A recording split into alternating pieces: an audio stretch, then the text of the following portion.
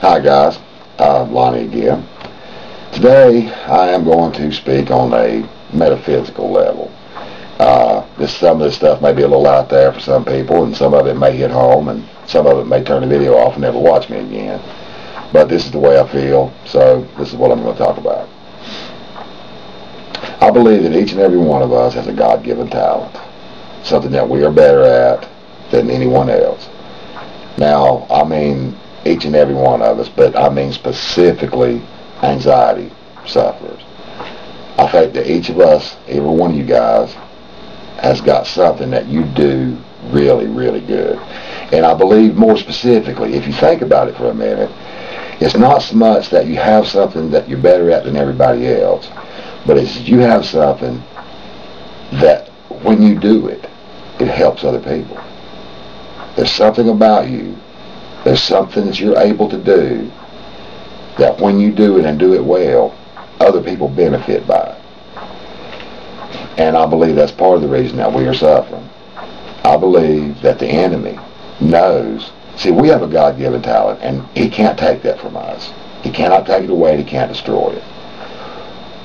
But he can set up the scenario in our lives to where we're unable to use it. And that's the deal right there. I believe that. I don't think it's all of it, but I do believe that at least it gives you something to think about. I believe that he keeps us down by whatever means necessary. And I'm just going to talk on my case, and I'm going to be open about it. I believe for years that carpentry was my God-given talent. I'm a master carpenter and learned it virtually on my own. But in these last years, when I have begun to get on the backside of this anxiety, I've seen that apparently I speak well. Apparently I speak to people well. I get told in group all the time, and with the people I deal with at Daymark, and now by you wonderful people who are leaving comments, that apparently I have a way of speaking that makes things understandable to people. I don't try to do it. It's just something I do. So the enemy could not take that from me, and he could not destroy it. So what to do? What to do? Well, I was afraid to go out of the house. Okay? I could not be around people at all. I couldn't speak in crowds. I would not have been able to speak in front of this camera. He set up a scenario in my life where I was unable to use my talent. And I believe that that is true for a lot of you people out there. I really do. And you may not think so, but I just ask you to put that in your brain. Let that mull it around a little bit and see if some of this doesn't ring true. Just give me that much, all right? I'm going to do this. Will probably be a two-parter that'll lead up to suicide. I don't want to talk about it, but I don't really see any way around it. It's there. It's for every one of us, and we think about it. At least all of us have thought about it at least once or twice.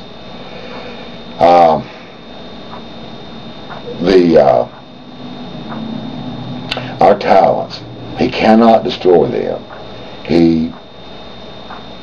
Well, this might just lead into suicide right now, to be honest with you. I've been trying to talk about it, and the thing is that he cannot make us do things.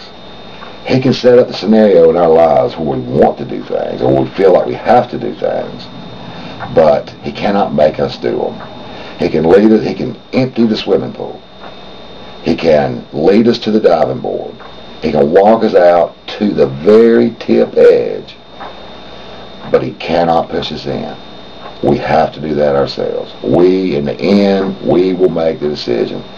If we pull that trigger, if we take those pills, if we jump off that building, in the end, we did it. We gave up. And right there at that very instant, when the pain was so intense that we were absolutely certain that no other human being had ever felt that way. And when we felt so alone, when loneliness was more than a state of mind, we finally make the decision. And that's why most of my messages, and all of them, I say, keep the faith and hang in. Because we are dealing, and the thing is that we've dealt with it, and other people don't understand it, and don't everybody talk about it. So it gets not swept under the rug, but it gets sugar-coated. It's like, well, he's sad sometimes, or, you know, he's having... This is extremely serious situation that we deal with. Extremely serious. Those of us that are handling it by ourselves are doing it with drugs, virtually, completely. All of us. I mean, I would say just about to a man. If we're doing it by ourselves, we're doing it with drugs. And the thing is that if we go to the doctor, we're going to do it with drugs. It's just a better way. The drugs have side effects, but they're not as deadly as the ones that we use. But we've all had the thoughts, guys. We have all had them. And I read something recently.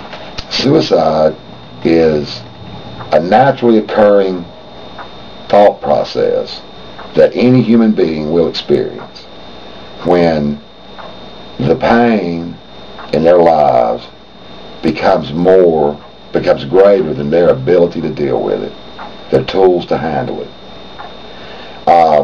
And I think that's I think that nails it. I think that does. So I've thought about suicide, but I don't think I'm crazy.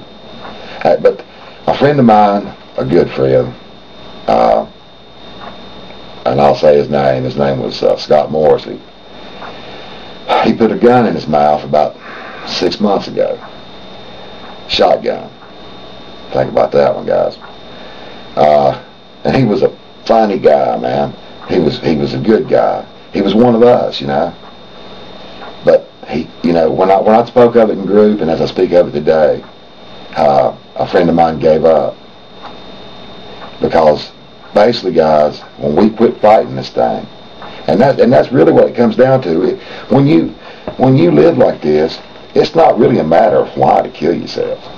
It's a matter of why not. You know, I mean, you get up every morning feeling the same damn way that you felt yesterday. Every night when you go to bed, if you can manage to sleep, you know when you go to sleep, when you wake up in the morning, you're going to have to go through this shit all over again. And that's a hell of a burden for anybody to bear. There's a video that I mentioned, this girl, she's 15, and she's suffering with this stuff. 15 years old, she's having to deal with this shit. You know, I mean, it makes me angry. And when I look back when I look at my life now, and when I look at my life when it was controlled by the dragon, and I will do a video on the dragon, but it makes me angry the power I gave him. I gave him the power. I gave it up. I surrendered it to him. We do that, guys.